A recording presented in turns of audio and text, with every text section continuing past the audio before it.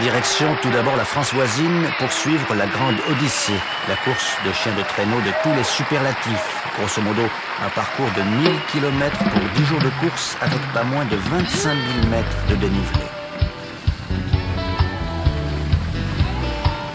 Ça envoie du lourd, comme disent les marins. Les marins en question, ce sont des mushers.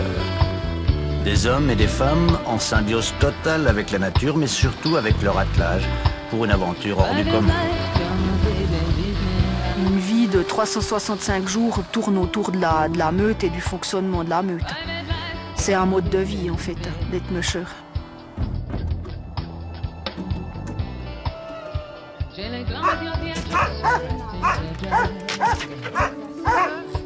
Je crois que je suis passionnée depuis enfant de chiens nordiques et d'aventure.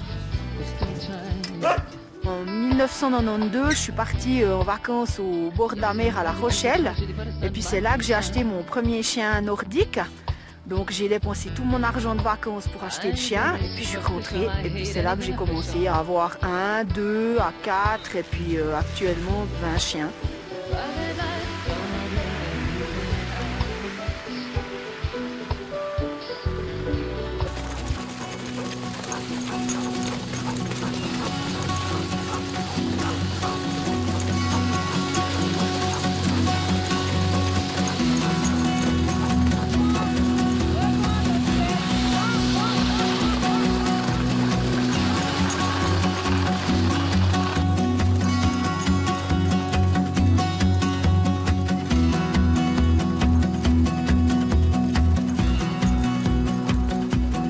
La conduite d'un attelage se fait uniquement à la voix, donc on n'a pas de contact direct avec les chiens.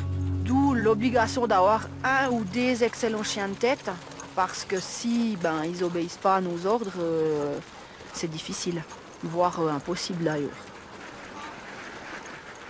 Le chien de tête, c'est un chien qui est particulièrement fixé sur le musher en étant même chiot, hein. Donc tous les chiens n'ont pas cette complicité avec son éleveur ou son musher. Donc c'est un chien qui est vraiment attaché particulièrement à son maître et puis avec lequel on développe justement tout ce rapport de confiance, hein. Donc c'est ça qui permet de choisir ses aptitudes à devenir un chien de tête ou non.